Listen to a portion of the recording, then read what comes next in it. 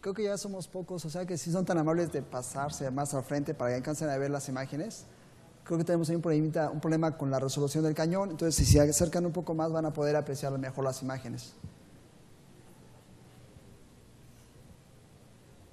Bien, antes que nada quiero agradecer la invitación que nos hicieron las autoridades del INIFED, al gobierno del estado de Chihuahua, al gobierno municipal por la calurosa bienvenida que nos hicieron y agradecer también a la compañía de varios amigos de otros países de Centro y Sudamérica que nos acompañan. Y el tercer agradecimiento es la oportunidad que nos dan para poder compartir con ustedes los trabajos que en el Centro Nacional de Prevención de Desastres de la Secretaría de Gobernación hemos realizado a lo largo de casi 7 años. Cuando nos hicieron la invitación, nos pedían que habláramos de la seguridad, aspectos de seguridad y mecanismos técnicos en el ambiente de aprendizaje. El tema de seguridad es muy vasto. Y hablar de la seguridad, créanme que podemos llevarnos días completos solamente tratando de, por ejemplo, seguridad estructural, seguridad en instalaciones, etc. Entonces, quise enfocar en un tema central en mi plática, en este caso, seguridad dentro de un aspecto normativo. Bien, antes que nada quiero situarlos en el contexto del por qué en el Centro Nacional de Prevención de Desastres empezamos a trabajar principalmente en algunos rubros, principalmente en atender los impactos que los fenómenos naturales nos causaban en la infraestructura físico-educativa. Y no todos los fenómenos naturales pudimos atenderlos, pero sí empezamos con los más prioritarios, en este caso el sismo. Entonces voy a versar mi plática justamente sobre un fenómeno natural en el cual hemos trabajado más y la forma como hemos tratado de mitigar los daños para garantizar la seguridad en los espacios educativos. Bien, como todos sabemos, los espacios educativos son una infraestructura importante, dado que su falla o su mal funcionamiento podría repercutir directamente en la ciudad o en la comunidad. Entonces son estructuras estratégicas. Debemos garantizar que tengan una adecuada funcionalidad, una calidad y sobre todo una seguridad estructural, pero siempre acordes a las necesidades locales de la región. Hice una diferencia en lo que nosotros llamamos sistemas expuestos, es decir, dentro de una ciudad tenemos diferentes tipos de estructuras y todas las estructuras están sujetas a diferentes acciones causadas por la actividad humana o bien por fenómenos naturales extraordinarios. Todo ese tipo de estructuras nosotros los conocemos o los hemos denominado como sistemas expuestos. Dentro de ellos tenemos las viviendas, las escuelas, los hospitales, los puentes, naves industriales, monumentos históricos, sistemas extendidos. Llamamos sistemas extendidos a toda la red que va subterránea o bien extendida, por ejemplo, la red para abastecimiento de agua potable, red de drenaje, para suministro de gas, de electricidad, etcétera, o de comunicaciones.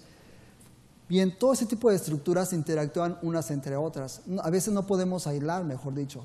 No debemos aislar el comportamiento de una estructura con respecto a las otras. Por ejemplo, una escuela sería vulnerable si no tuviéramos un sistema adecuado de abastecimiento de agua potable o bien de drenaje.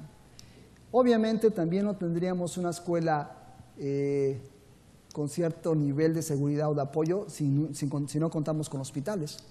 Y obviamente, para que existan escuelas, hospitales y demás infraestructura, tenemos que tener población, esto es decir, viviendas, ¿sí? Toda esta infraestructura interactúa en todo un espacio urbano. Estos son nuestros sistemas expuestos. Ahora, en la República Mexicana, como en varios países hermanos, podemos encontrarnos que diferentes fenómenos naturales que nos impactan. En este caso, para la República Mexicana, nos hemos enfocado nosotros el estudio de estos fenómenos que a continuación voy a mencionar, que son los que más daño nos han causado. Primeramente tenemos el sismo, y el sismo lo ponemos en orden prioritario. ¿Por qué? Porque es un fenómeno que desafortunadamente no podemos saber cuándo va a ocurrir, ni tampoco de qué magnitud va a ocurrir, ¿sí? Posteriormente tenemos el viento, que serían los huracanes, el viento, los fuertes ráfagas de viento, que también nos impactan a las estructuras, las lluvias continuas que nos llegan a causar deslizamientos del suelo, asentamientos, etc. Los huracanes, que afectan parte de municipios que se encuentran en las costas, Y recientemente tenemos asentamientos diferenciales del suelo, es decir, que en algunas partes del país el suelo se está asentando y obviamente al deformarse el suelo se deforma todo lo que está sobre esto. Y créanme que no existe estructura que soporte una deformación del suelo. Este tipo de fenómenos se ha incrementado más en las ciudades debido a otros fenómenos por actividad humana, es decir, por la extracción del agua para poder beber. ¿Sí?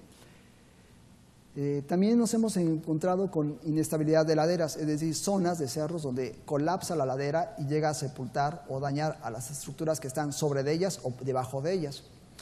Digamos, este es nuestro abanico de fenómenos que nos van a impactar. Además de esta amalgama del sistema expuesto y los fenómenos naturales que nos están impactando, tenemos que enfrentar algunos otros retos. Por ejemplo, el crecimiento demográfico. Estamos hablando de 107 millones, un poquito más de 107 millones de habitantes. Y estamos hablando de un territorio de más de 2 millones de kilómetros cuadrados. ¿Sí? Imagínense la dimensión de lo que estamos hablando. Y a eso tenemos que enfrentarnos para darle una solución y mitigar los daños. Obviamente también tenemos concentraciones de población y esto obliga a que tengamos una escasez de espacios y una mayor demanda de servicios. Tenemos también menor tiempo para hacer las obras. ¿Por qué? Porque el crecimiento y la necesidad de la población es cada vez mayor. Y por otra parte también ya nos enfrentamos a una competencia internacional. Tenemos la necesidad de hacer innovaciones tecnológicas para poder dar respuesta rápida a las necesidades. Y obviamente también tenemos que enfrentar los cambios climáticos, que estos cambios climáticos lo que está ocasionando que los fenómenos naturales cada vez sean más extraordinarios, es decir, más severos, más fuertes. ¿Sí? No es lo mismo, seguramente muchos de ustedes, hace 10 años, los fenómenos naturales que ustedes vivenciaron en ese momento a los que estamos presenciando en la actualidad.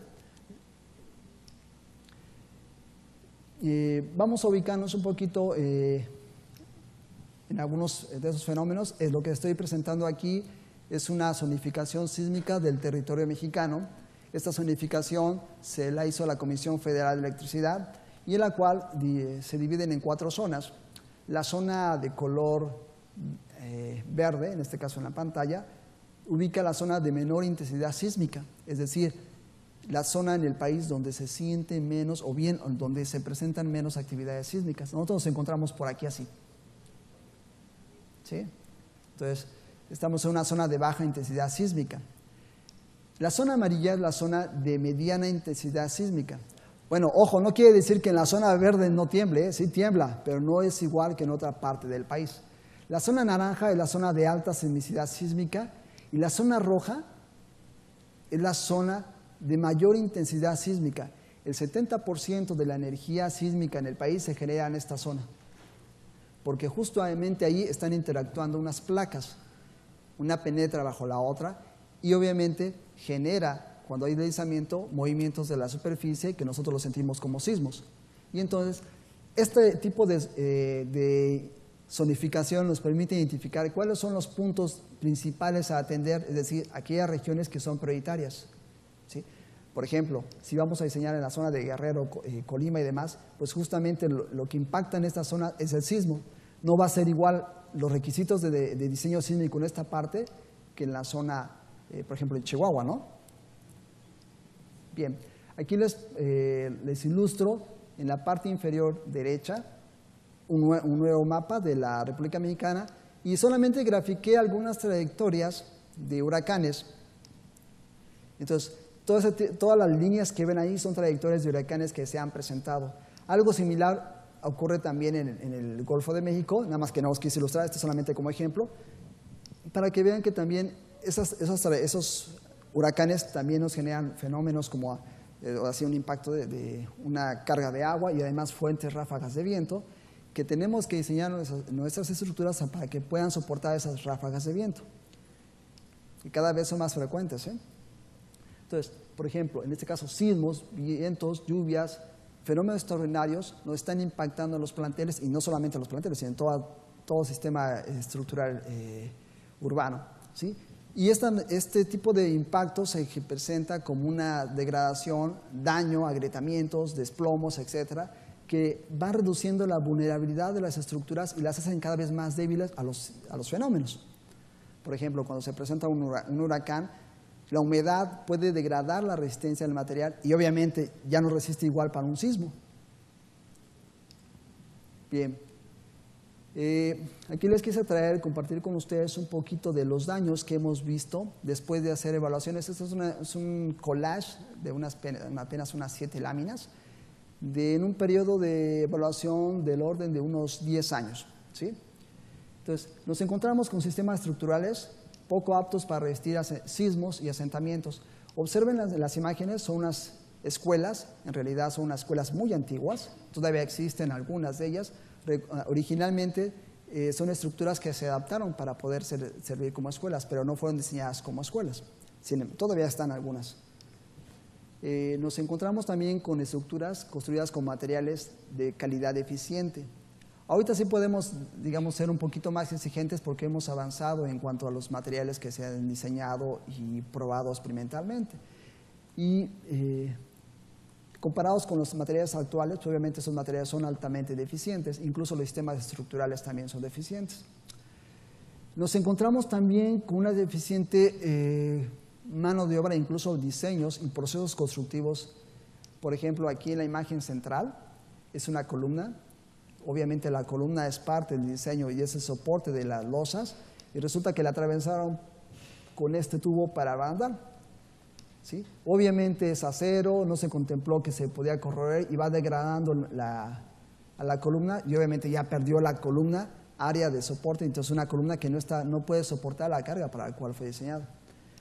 Desafortunadamente no nos ayuda mucho la imagen, pero aquí esta columna que se ve a la izquierda, perdón, a la derecha, es una columna donde se dejó mucho, el proceso constructivo tardó y el acero se empezó a corroer.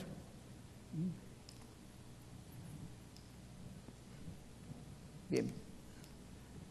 Aquí tenemos también otro problema, que es algunas estructuras o varias de ellas tienen un nulo o escaso mantenimiento.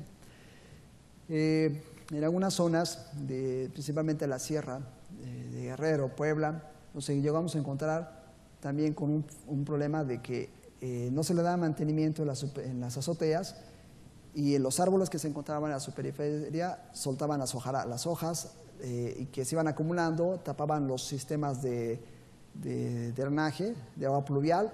Entonces el agua se anegaba y empezaba a provocar dos fenómenos. Por ejemplo, si una estructura metálica la empezaba a oxidar o obstruir los canales, y por otra parte, si era una estructura de concreto, al tener una cama de agua ahí que no drenaba, empezaba a causar humedad y empezaba a dañar a los elementos de concreto, principalmente el acero, se corroía y levantaba el recubrimiento de concreto. Algo similar pasaba con los pisos. ¿Sí? Y además, si teníamos un suelo que era muy sensible al contenido de humedad, era peor, porque eran suelos que se podían expandir o reducir su volumen y obviamente provocaban asentamientos y aceleraban otro proceso de daño. También nos encontramos con un problema en cuanto a que se diseñaba una estructura, pero se construía de manera diferente.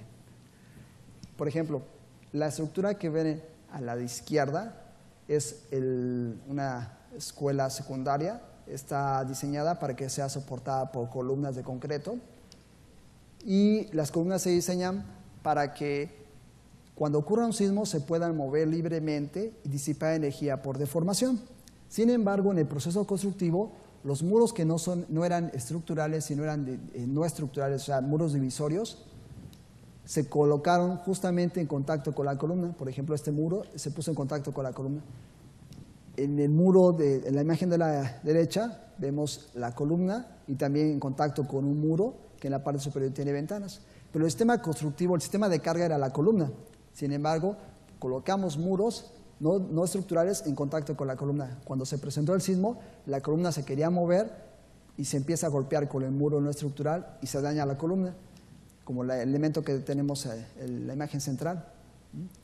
Ese efecto nosotros los conocemos como efecto de columna corta, porque estamos acortando el área del movimiento libre de la columna. Bien, también nos encontramos con alteraciones a los diseños originales. La estructura que están viendo ahí es una estructura de 2 niveles, lo que está de color amarillo. Tenemos ahí incluso unos muros de concreto eficientes para soportar las fuerzas sísmicas, y resulta que decidieron colocarle un piso extra para talleres. y esta carga no estaba diseñada, este edificio no estaba diseñado para soportar una carga adicional. Obviamente, esta estructura, de ser una buena estructura, se volvió una estructura vulnerable. ¿Por qué? Porque se alteró su diseño original. Otro tipo de variables que nos encontramos que afecta la vulnerabilidad de las estructuras fue el uso de reglamentos no vigentes. Entonces, con ese tipo de normatividad se diseñaron algunas estructuras. A este respecto, quiero ser claro en cuanto a que a veces no es culpa del constructor o el diseñador de que utilice una normatividad que no es actualizada. Simplemente es que todavía tal vez no se tenía el conocimiento en la región para poder actualizar su normatividad. Es un tema que más adelante voy a abordar a detalle. Bien, también nos encontramos con otro problema. Los fenómenos naturales, como bien les decía, se están acelerando. Y aquí lo que estoy mostrando es un problema que ocurre en la Sierra de Guerrero. Y también ocurre también en Puebla. Me está fallando este. Bueno, ahí lo que están viendo originalmente era una superficie suave, de curva, pero un fenómeno natural que se presenta siempre a lo largo de varias decenas de años, incluso de cientos de años, es que las zonas de lomeríos tienden a volverse planicie. Hay pequeños colapsos con el paso del tiempo y se va formando una planicie. Pero con estos cambios climáticos y esa saturación de lluvia, estos fenómenos se están acelerando. Y lo que estamos viendo justamente es colapso cada vez más continuo. Este proceso, por ejemplo, las estructuras que ven en la parte superior, esas casitas, por arribita de la flecha, ese cuadrito de color blanco, es una escuela. Y vean que ya incluso está al paño de donde está el deslizamiento. Esto ocurrió en un lapso de 10 años. ¿Sí? O sea, en 10 años avanzó demasiado para llegar a poner en riesgo la estructura. O sea, un fenómeno natural que tardaba alrededor de 50 años se aceleró. Bien, vamos a pasar a otro escenario, que en este caso son inundaciones. Como que nos gusta vivir en el peligro. Entonces, la población vio un cauce del río, dice, bueno, ahí está una superficie plana, hace muchos años que no empieza a pasar una fuerte lluvia, no hay un buen tirante de agua, y empiezan a asentarse. Y empiezan a ganarle terreno al lecho del río. Y resulta que muchos fenómenos naturales tienen periodos de retorno o de ocurrencia, es decir, ocurren en este momento y pueden pasar 10, 20, 30 años que vuelvan a presentarse. Es una característica de fenómenos extraordinarios, o sea, fenómenos de muy alto impacto. Entonces, esto fue lo que pasó. No olvidaron que en esa zona llegó a ocurrir un escurrimiento de gran tamaño. Como lo olvidaron, volvieron a ocupar el cauce del río. Llega a presentarse un fenómeno extraordinario, genera una gran precipitación de agua, el agua empieza a erosionar la superficie, va degradando el material, forma un lodo que empieza a escurrir, llega a la población y sepulta todo. Pero además se combinan varios fenómenos, no solamente era agua la que impactó a las estructuras, sino además esa agua, esa tierra que se fue erosionando, se mezcla, forma un lodo, ese lodo a su vez destruye, arranca árboles, se lleva piedras y llegamos incluso a ver estructuras que fueron básicamente destruidas no solo por el agua, sino por las estructuras, árboles y piedras que se veían como arietes. Entonces, ante eso no había nada que los pudiera detener. En la parte inferior podemos ver una escuela. Esto fue cuando ocurrió el huracán Paulina. Y que lo que hizo fue socavar, incluso observen las rocas que están en la parte inferior, son rocas que incluso llegan a tener un diámetro de 2 metros. Y llegaron a socavar, esa escuela quedó casi con una parte de su cimentación expuesta. Bueno, de manera general podemos decir que a lo largo de unos 20 años de un censo que se hizo en el Centro Nacional de Prevención de Desastres, en el área de evaluación de daños, estudios socioeconómicos, de 1985 a 2005, solamente en materia de infraestructura física educativa, tuvimos 1.412 millones de pesos de pérdidas directos, son daños directos, no hay daños indirectos. O sea, si metemos daños indirectos, seguramente esto se va a duplicar. Bien, por ejemplo, el fenómeno sísmico en 1985 causó 411 millones de pesos en pérdidas en sistemas educativos. En 99 tuvimos el sismo en Tehuacán, en Puebla, y causó daños por 127 millones de pesos. Ese mismo año tuvimos otro fenómeno sísmico en Oaxaca y ocasionó 174 millones de pérdidas en pesos. Y tuvimos también un huracán, el huracán Isidori, en el 2002 y causó en este caso 3 millones de pesos en pérdidas. Ese mismo año el huracán Kena, su valor fue menor. Y vamos a otro fenómeno de mayor impacto, el sismo de Colima, ese fue el 21 de enero si no mal recuerdo, y causó 133 millones de pesos de pérdidas en infraestructura educativa. De ahí tuvimos otros dos fenómenos hidrometeorológicos que diga el huracán Stan y el huracán Wilma. Entonces, si observan, los huracanes y los sismos son los que nos han causado más daño en nuestra infraestructura. Relacionamos también la magnitud de los fenómenos, su ubicación, nuestros sistemas expuestos y empezamos a vincular con otros parámetros que nos dieran más información de por qué las estructuras eran vulnerables. En este caso, vimos que había un desconocimiento de los fenómenos naturales. Teníamos que trabajar más en la evaluación de la magnitud de esos fenómenos naturales, cómo se presentan, qué periodos de retorno tienen, etcétera, etcétera. Y de ahí surgió un proyecto muy interesante que es el Atlas Nacional de Riesgos, que el Atlas Nacional de Riesgos justamente busca identificar en cada municipio del país cuáles son los fenómenos que se impactan y cómo se están presentando en cada municipio. También nos identificamos que habían cambios en el uso de las estructuras que alteraban su condición original, había un mal uso de materiales y además había materiales que se utilizaban que no eran materiales de dudosa calidad, que no estaban normados. También se utilizaban reglamentos no actualizados y cuando a veces se utilizaban reglamentos, en algunos casos, o bien se utilizaban parcialmente. Entonces había un incumplimiento en la normatividad. Obviamente había una falta de supervisión en el proceso constructivo y cuando también se hacían rehabilitaciones, las rehabilitaciones no garantizaban que eran adecuadas, ¿sí? No tenían un sustento técnico o experimental. Bien, digamos, eso es el escenario a lo que nos encontramos. Pero también todo tiene una explicación. Hace más de 30 años o hace 20 años no teníamos el nivel de investigación que ahora tenemos, no teníamos los laboratorios o los centros de investigación de los cuales contamos ahora. Por ejemplo, hoy en día ya podemos, ya tenemos un mejor nivel, de hecho conocemos más la respuesta sísmica, la señal sísmica que se presenta en el territorio mexicano. Tenemos un mayor conocimiento de cómo se comportan las estructuras y su interacción con el suelo. También tenemos mejores herramientas para poder hacer el análisis y la predicción de la respuesta de las estructuras ante los diferentes fenómenos. Y obviamente también existe una mayor colaboración nacional e internacional de intercambio de experiencias. Bien, ¿qué se empezó a hacer? Bueno, las acciones que están en proceso es primeramente una evaluación de las condiciones actuales en las que se encuentra nuestra infraestructura. El Instituto Nacional de Infraestructura Física y Educativa inició un proyecto nacional que es un diagnóstico. Es un diagnóstico en el cual se trabaja actualmente en unas cédulas de evaluación que contemplan las características arquitectónicas, estructurales de cada espacio educativo y además se va a poder georreferenciar para que se pueda mapear y ubicar qué fenómenos naturales son los que le están impactando. Obviamente con esta información se va a poder llevar a cabo un análisis de peligro y posteriormente un análisis de riesgo, es decir, ante esta estructura qué tan vulnerable es ante un sismo, ante un huracán, ante asentamiento del suelo y demás. Esto nos va a permitir generar proyectos específicos para poder dar solución a cada uno de los problemas.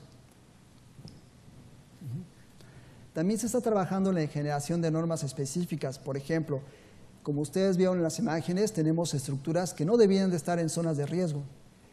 Entonces, lo que se buscó generar normatividad. Existe una normatividad ahora de selección de sitio, que por cierto ya está en procesos de actualización. También existe una norma de verificación de la calidad.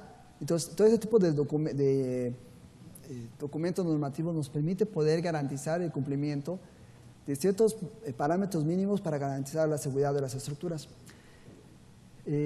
También se están trabajando en la actualización de la normatividad que existe y también se generan criterios cada vez más eficientes con énfasis en la seguridad y la calidad de la infraestructura.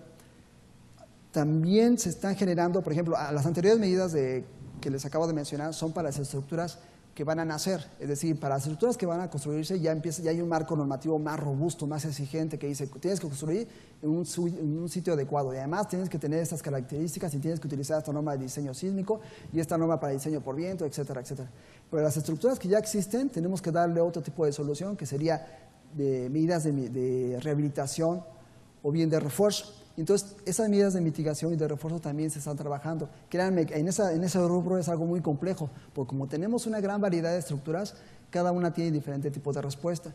Entonces, para poder dar una solución técnica, lo que nos hemos hecho es el estudio de esos tipos de estructuras, hacer modelos matemáticos e incluso en algunas ocasiones empezar a hacer modelos experimentales para conocer su respuesta y saber cómo vamos a tener que reforzarla para que tenga una adecuada seguridad. En materia de normatividad, como ustedes bien saben, el INIFED ha trabajado mucho para poder hacer cambios a la ley de la infraestructura física educativa. En materia de reglamentos, también se busca actualizar los reglamentos de construcción porque son los instrumentos donde se sustentan todos los diseños urbanos. Estos reglamentos de construcción marcan los parámetros mínimos para salvaguardar la integridad física de los ocupantes y un buen uso de las estructuras y su buen comportamiento ante fenómenos naturales.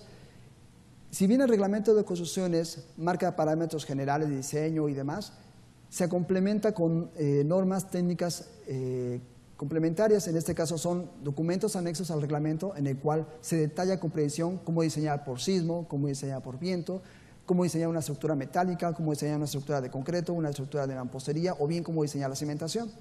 Aparte de esto existen otras normas que son las normas oficiales mexicanas o las normas NMX que son de observancia o bien las normas específicas. Este tipo de normas ya nos detallan, por ejemplo, qué material se puede, por ejemplo, si vamos a hablar de tuberías para instalaciones, es el PVC, qué características debe tener, cuáles son las pruebas que se le puede hacer al producto para verificar que está cumpliendo con cierta calidad, si se trata de acero es igual, qué tipo de acero se debe utilizar, dónde se debe utilizar, qué tipo de pruebas se debe hacer para ver que es un acero de adecuada calidad, cómo identificar que es un producto que está normado, etc. Bien. Actualmente los diseños, por ejemplo, el INIFED, anteriormente CAPSE, diseñó varias escuelas, de hecho diseñó del orden de 70 prototipos para diferentes zonas del país. Y esos prototipos les puedo decir que estaban sustentados en lo que se conocía en ese momento en el país y estaban apoyados en un reglamento, el Reglamento de Construcciones del Distrito Federal, que es un documento que tiene mucho sustento técnico y es el documento que es de mejor calidad ahorita con respecto a todos los reglamentos en el país. También se apoya en el Manual de Obras Civiles de la Comisión Federal de Electricidad, principalmente en sus manuales de diseño por sismo y por viento. El Reglamento de Construcciones del DF ha tenido estas modificaciones, por ejemplo, en 1942, después en 1966, en el 76 tuvo otra actualización. Después vino el sismo del 85 y rápidamente se modificó, salió un reglamento emergente y en 1987 ya se tenía un reglamento que era todavía más exigente, nos daba mejores parámetros para diseñar las estructuras. Después, en el 1997, se volvió a hacer otra reforma al reglamento y en el 2004 sale otra nueva versión. Quiero aclarar aquí que las versiones de estos reglamentos surgen o se emiten en función de dos parámetros. Cuando se acumula suficiente información técnica que mejora el producto, en este caso el reglamento, decimos, bueno, ya pasaron 5 años, ya tenemos respuestas de ensayos experimentales, ya conocemos mejor el comportamiento de los sismos, el comportamiento del concreto y demás, ¿saben qué? Ya podemos hacer variaciones para mejora de las construcciones. O bien, cuando ocurre un fenómeno extraordinario que afecta a las estructuras, entonces rápidamente se hacen parámetros, se generan parámetros para procurar que las estructuras que se están construyendo sean mejores o más resistentes a las que ya existen. Entonces, aquí coloreé de rojo 1987 porque justamente después del sismo del 85 surgió un reglamento emergente.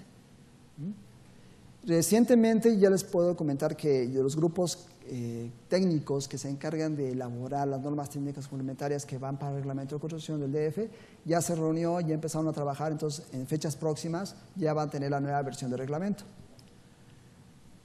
Eso es importante porque dentro del reglamento, como bien les decía, se marcan parámetros mínimos a cumplir para que las estructuras sean adecuadas. Por ejemplo, se hacen dos distinciones importantes, estructuras del grupo A y estructuras del grupo B. Estructuras del grupo A son estructuras cuya falla va a impactar drásticamente en la comunidad o en la vida de la ciudad. Dentro de estas estructuras podemos contar las escuelas, los hospitales, las centrales eléctricas, instalaciones de archivo, por ejemplo, registros civiles, oficinas de gobierno, etcétera. Estructuras que, si llegan a fallar, causarían un gran impacto al desarrollo de la comunidad. Entonces, eso se conoce como estructuras del grupo A. Estructuras del grupo B son estructuras comunes, por ejemplo, oficinas, bodegas, viviendas, etcétera. Si bien ambas tipos de estructuras se diseñan o se dan los parámetros mínimos para que se diseñen adecuadamente y con las medidas de seguridad viables para que tengan un buen comportamiento. Pero las estructuras del grupo A se diseñan un poquito más exigentes porque recuerden que son estratégicas, entonces podemos darnos el lujo de que fallen. Aquí les hago, por ejemplo, solamente una diferencia en las estructuras del grupo A, que deben soportar el 50% más, deben ser 50% más resistentes que una estructura de uso común.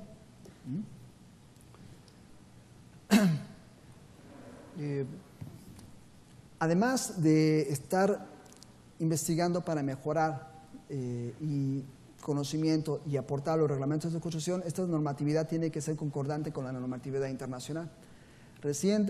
En años anteriores, los reglamentos de construcción de países con similitudes que nosotros diseñamos con criterios de resistencia, es decir, que las estructuras soportaran, entonces fijamos parámetros de resistencia. Actualmente los reglamentos están basados en desplazamientos, es decir, no solamente la estructura debe de resistir, sino también hay que limitarla en su desplazamiento, porque nadie nos gustaría vivir en una estructura que sea resistente, pero que se desplace demasiado, ¿no? Entonces, también hay que limitar los desplazamientos laterales. Entonces, reglamentos como el de México, el Distrito Federal, requisitos como los que emite la Comisión Federal de Electricidad, reglamentos como los Estados Unidos, el ACI, la Asociación Americana de Enseñanzas y Materiales, la norma SASTO, el reglamento europeo, el Eurocódigo, y el reglamento de Japón, las AIJ, se basan también en estos criterios de diseño por desplazamiento, igual que nosotros. En materia de filosofía de diseño sísmico, lo que buscamos es que la estructura tenga un buen comportamiento. Entonces, fijamos algunos parámetros, es decir, para antesismos de baja intensidad o de ocurrencia frecuente, la estructura debe de tener un adecuado comportamiento y no se tienen que presentar daños en elementos no estructurales. Aquí voy a hacer una diferencia. Elementos estructurales me voy a referir a los que van a soportar a la estructura: columnas, muros, marcos de concreto, traves, etc. Y elementos no estructurales pudieran ser muros divisorios, cancelería, plafones, etc. Entonces, ante sismos de regular frecuencia o ocurrencia, tenemos que tener o garantizar que la estructura no sufra daño en elementos no estructurales, o sea, contimás en elementos estructurales. Bien, ante sismos, hay que limitar los daños en los elementos estructurales ante sismos ocasionales de intensidad moderada. ¿Sí? Ante sismos un poquito más severos, puedo tener daños en elementos no estructurales, pero no en elementos estructurales. Y ante sismos de intensidad excepcional, la estructura no debe de colapsar. Puedo permitirme que tenga un daño en elementos estructurales e incluso no estructurales, pero que no colapse. Y de ahí surgió la nueva filosofía, de ahí surgió una nueva filosofía que ahora todos los países están adoptando, que es el diseño por desempeño. Tengo que diseñar la estructura en función a lo que va a desempeñar. Voy a ponerles un ejemplo. Yo pudiera diseñar un hospital. Y digo, aquí este hospital va a soportar el peso de los usuarios y algunos equipos. Y ya diseño las columnas para que soporten esas fuerzas. Ah, pero además tiene que soportar el sismo. Entonces ya diseño un poquito, reviso los elementos para controlar las deformaciones. Ah, pero además está en zona de costa y les va a llegar los huracanes. Y también lo reviso para que esos desplazamientos o empujes por viento sean soportados. Y resulta que ya me da una dimensión de columnas, por ejemplo, por decir un número de 50 centímetros por 50 centímetros. Entonces, y con una cuantía de 0x. Pero resulta que ya cuando construyo mi edificio, los equipos que tiene el hospital se están descalibrando, porque quizá el ser humano no percibe las vibraciones que se están presentando en el edificio, pero todos los equipos quizás para la atención médica son tan sensibles que a cada rato se descalibran. Entonces el edificio no está cumpliendo del todo para lo cual es su función. Y entonces quizás tendría que hacer las estructuras más robustas, ya no tanto por la funcionalidad del transitar de las personas, sino para que los equipos puedan operar y brindar el servicio. ¿Sí? Entonces, el criterio de diseño por desempeño va enfocado a eso. O sea, ¿qué vas a hacer? Entonces, en función de lo que va a dar el uso de esa estructura, hay que diseñarla para que cumpla con todo. Y, bueno, aquí la nueva filosofía nos permite… Bueno, vamos a basarnos. En ese croquis que le estoy ilustrando, aparecen unas X.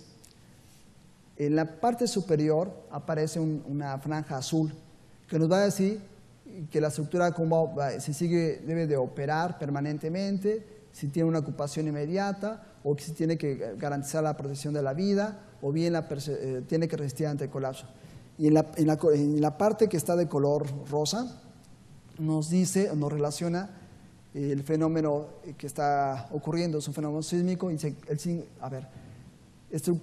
Ante un sismo frecuente, que son aquellos que tienen el 50% de probabilidad de que ocurra en un periodo de 30 años, la estructura debe de tener una operación permanente, la que está de X.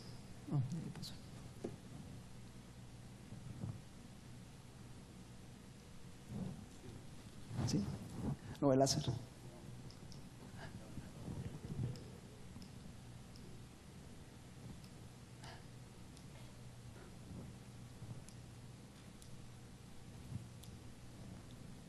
Ahí está. ¿Se alcanzan a ver? Ahí está. Bueno, entonces, a ver, tenemos aquí estructuras, las que son de X son estructuras comunes, las que están de rombo son estructuras un poco convencionales y las que están de color rojo son las escuelas. Entonces, vamos a ver, ante un sismo frecuente, sismo con 50% de probabilidad de que ocurran a lo largo de 30 años, una estructura convencional, una vivienda, por ejemplo, tiene que seguir operando permanentemente. Ante un sismo ocasional, es decir, que ya tiene el 50% de probabilidad que ocurra a lo largo de 50 años, una estructura como una vivienda la podemos desocupar, pero regresar inmediatamente. Es decir, no tiene que sufrir daño tal que me impida regresar a la estructura después de que pase el fenómeno. Ahora, ante un sismo raro con el 10% de probabilidad de ocurrencia a lo largo de 50 años, esta estructura convencional debe de garantizar la protección de la vida. Es decir, puede tener daño en elementos estructurales y no estructurales, pero que me garantice la protección de la vida del usuario. Y ante un sismo muy raro, del 10% de ocurrencia a lo largo de 100 años, la estructura debe de permanecer en pie, es decir, no debe de colapsar. Puede tener un daño tan severo, pero que no colapse. Entonces, si esto es el nuevo criterio con el cual se va a diseñar, digamos, estructuras convencionales como viviendas, vean lo que pasa con las escuelas. Entonces, ante un sismo muy raro, la estructura debe seguir operando permanentemente. Y ante un sismo muy raro, la estructura debe de garantizar comportamiento tal que yo la pueda evacuar, irme a la zona de seguridad y luego regresar a ocuparla inmediatamente. Esto es el mismo criterio con el cual se están diseñando ahora los hospitales. Bien, esta es la situación de cooperación institucional. El Instituto Nacional de Infraestructura Física y Educativa, junto con el Centro Nacional de Prevención de Desastres, ha trabajado conjuntamente en materia normativa, se ha apoyado técnicamente para generar normatividad, en este caso para la selección de sitio, para una norma para la supervisión de las escuelas, y se está generando una norma de los requisitos estructurales que deben cumplir las estructuras para la protección para la prevención de desastres. A su vez, si bien al inicio les decía que no solamente nos apoyamos en modelos analíticos y teóricos, sino muchas veces, por lo complejo que es entender el fenómeno, tenemos que recurrir a otro tipo de modelación, que es la modelación experimental.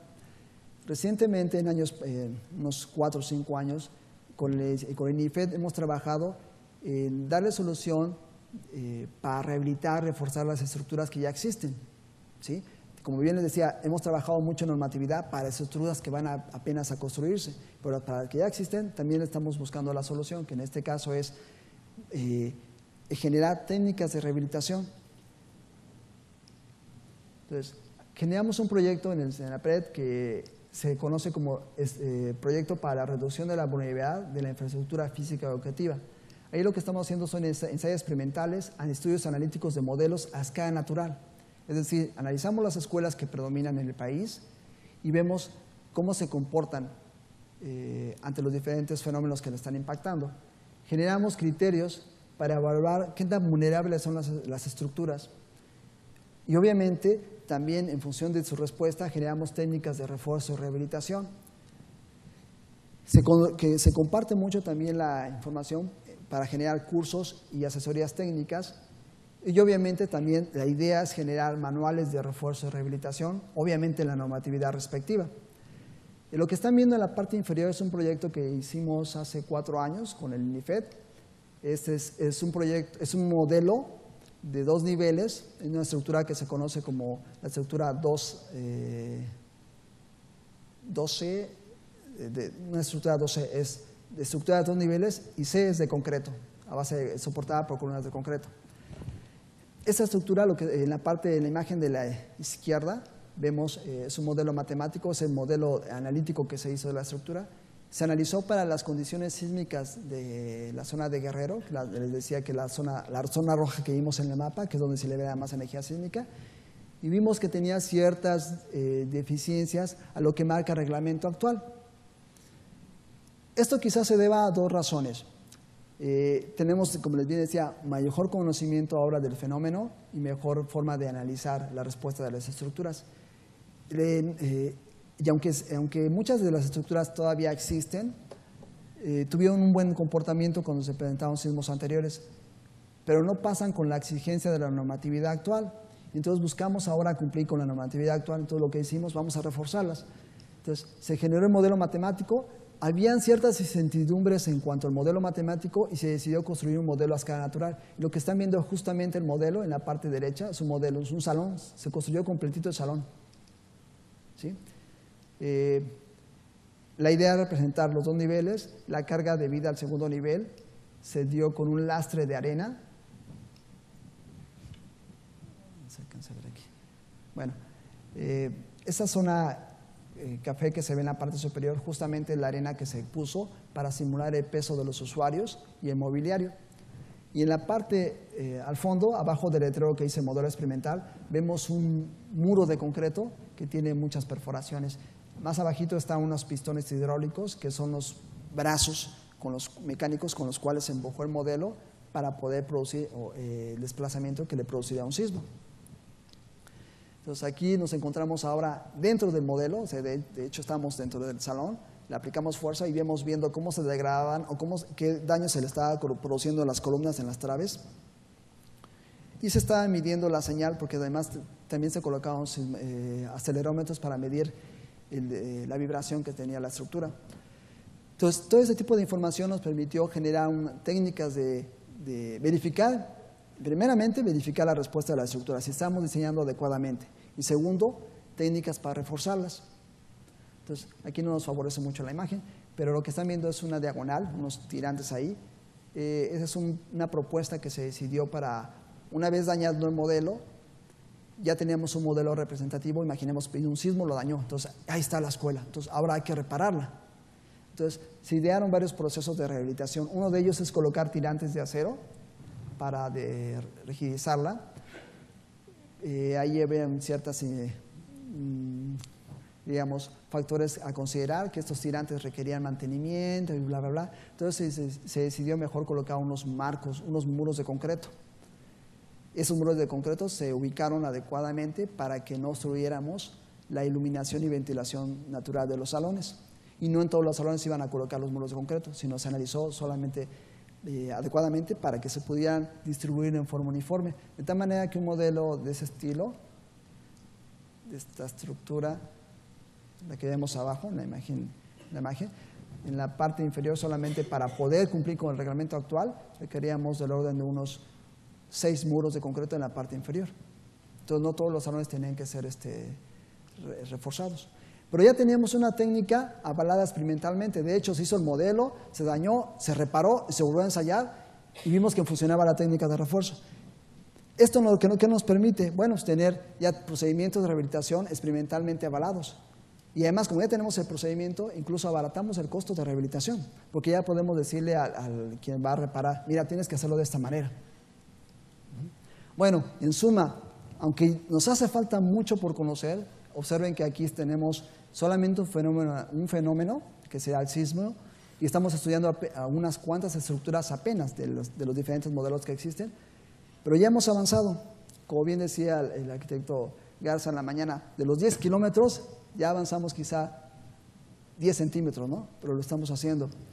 Entonces, en suma, buscamos reducir la vulnerabilidad de la infraestructura física educativa ante acciones, en este caso de sismo. Una vez que dominemos o tengamos ya avanzado este tipo de fenómeno, ya podemos incursionar en los otros fenómenos como diseño por viento, etcétera.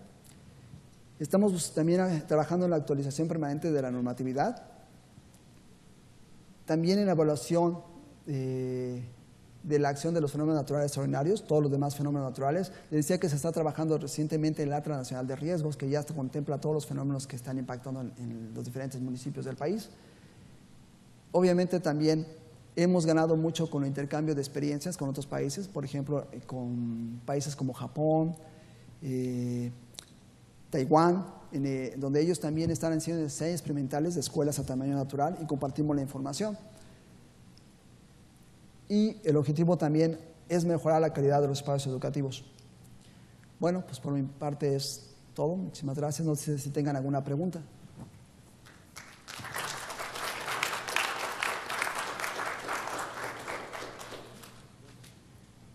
Yo quisiera, si es posible, que se regresara a la lámina de diseño por desempeño. Ah, perfecto. Yo no entendí muy bien y me gustaría saber un poco más los elementos. Sí, claro. Bien, le decía, la nueva filosofía es diseñar para que las estructuras tengan un buen comportamiento ante un sismo. Y entonces buscamos que la estructura ante sismos, por ejemplo, anteriormente ante un sismo de ocurrencia muy frecuente, se llegaban a dañar. Entonces, podemos aceptar cierto nivel de daño, pero la idea es, ¿qué tanto nivel de daño aceptamos? Porque eso implica costos. ¿Sí? Nosotros, por ejemplo, si no queremos que las escuelas se dañen, pues las hacemos muy, muy resistentes, pero eso implica que esa escuela va a salir muy cara. Y entonces, en lugar de hacer 10 escuelas, voy a hacer una. Entonces, hay que jugar también con ese nivel de daño que puedo aceptar. ¿Sí? O bien, evaluar qué tan viable es que acepte un nivel de daño y después repare. A lo mejor es más económico que diseñar de origen una estructura muy, muy robusta. Entonces, y eso tiene que ver también, decía, con lo que voy a aceptar de daño.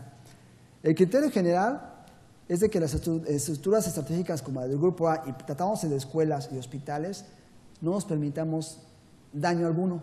¿Por qué? Porque las escuelas también sirven como albergues en caso de desastres.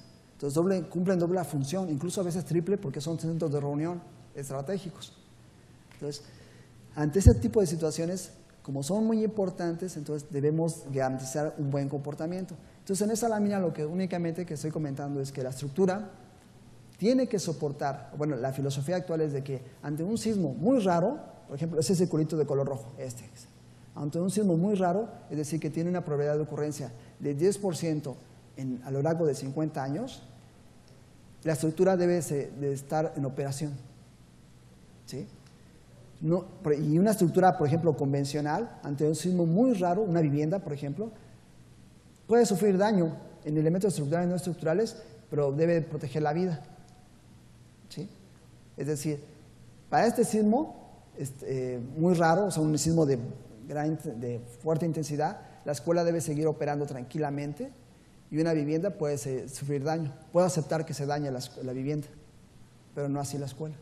Y ante un sismo muy extraordinario, por ejemplo, que dice abajo del 10% de probabilidad de ocurrencia a lo largo de 100 años, la escuela puedo desalojarla, irme a una zona de seguridad, pero regresar inmediatamente. O sea, debe de tener esa capacidad de sufrir muy poco daño. No hace una vivienda. En la vivienda pudiera ser, ante ese mismo tipo de fenómeno, la vivienda puede sufrir daño, pero no debe de colapsar. Todos los criterios de diseño son diferentes. Uno puede aceptar un mayor daño que en otro. Y en escuelas, igual que hospitales, el daño que se va a aceptar es menor, justamente por la importancia de esa estructura. Y lo mismo ocurre con las centrales eléctricas o, por ejemplo, centrales nucleoeléctricas como Laguna Verde. Los criterios de diseño con los que el daño que aceptamos es casi nulo, porque si llega a fallar puede provocar un impacto severo en la población. Entonces, es algo así, bueno, eso es el diseño por desempeño. Gracias, muy amable. ¿Alguna otra pregunta? Yo quisiera no dejar de señalar que, bien lo dijiste, es muy largo el tema de seguridad, pero no quiero dejar de señalar que existen otros riesgos como el incendio. El Perfecto. incendio creo que es una situación que se da constantemente en toda la República y que desgraciadamente para poder contener a esa emergencia depende de recursos municipales que muchas veces no existen en infraestructura. O sea, no hay estaciones de bomberos para poder atender las emergencias y reducir al mínimo el riesgo que esto produce. No nada más en el daño del equipamiento, de la ocupación del espacio, sino también al daño estructural que puede causar. Cuidado en Juárez porque estamos usando edificios, o sea, estructurales con acero y no estamos protegiendo estas estructuras. Entonces yo quiero dejar claro que el incendio se da en todos los lugares y desgraciadamente nuestras normatividades han sido enfocadas ciertamente a la seguridad estructural por razones de sismo, por razones de viento, pero no por razones de incendio. Bueno, concuerdo parcialmente. Como bien les decía, esto es dinámico. Conforme vamos conociendo, vamos adicionando a nuestros reglamentos algunos parámetros de seguridad. De un estudio que hicimos de los incendios en las estructuras urbanas, censamos del orden de unos 7 años y podemos identificar cuáles son las estructuras que sufren más daño por incendio. Y nos dimos cuenta que eran las naves industriales y las viviendas precarias o de autoconstrucción. Las primeras, justamente porque llegaban a almacenar materiales explosivos, y son las naves industriales, y las otras, las viviendas, eran porque, como eran muy precarias de autoconstrucción, ahí colocaban el cable y metían la instalación, entonces eran muy rupestres las instalaciones y de alto riesgo, entonces se incendiaban fácilmente, y las otras por derrama de sustancias y demás. No así las escuelas, no así hospitales y demás. O sea, y de ahí tenemos un estudio. Observen que lo primero que hicimos fue, para no desperdiciar esfuerzos, es primero una evaluación de lo que tenemos en el país. Después, identificar cuáles son las estructuras y empezar a priorizar cuáles son las que demandan atención. Y igual concuerdo que es necesario atender o generar los lineamientos técnicos para proteger las estructuras ante incendio. De hecho, recientemente también les puedo comentar que se trabaja con el Organismo Nacional de Normalización y Certificación de la Industria de la Construcción, el 11, que está generando una norma para estructuras en materia de incendios. Y entonces ahí se está trabajando mucho sobre los recubrimientos que se deben utilizar, el espesor de los recubrimientos, dónde se debe utilizar, qué tipo de recubrimientos y demás. Pero insisto, del abanico de censos que se hizo, las dos estructuras más vulnerables ante fuego en el país, donde más hay más reporte de daño, son vivienda de autoconstrucción y naves industriales. Bueno, no sé si hay otra pregunta porque ya nos enviaron un mensaje de que ya tenemos que ir a trabajar a las mesas. ¿No hay otra? Les decía, es un trabajo muy extenso, pues son más de 7 años que hemos trabajado, colaborado ambas instituciones y créanme que tenemos bastante información. Pero toda esta se versa en los reglamentos porque es en los reglamentos donde podemos hacer que se obligue al cumplimiento de al menos requisitos mínimos de seguridad. Bueno, pues muchísimas gracias.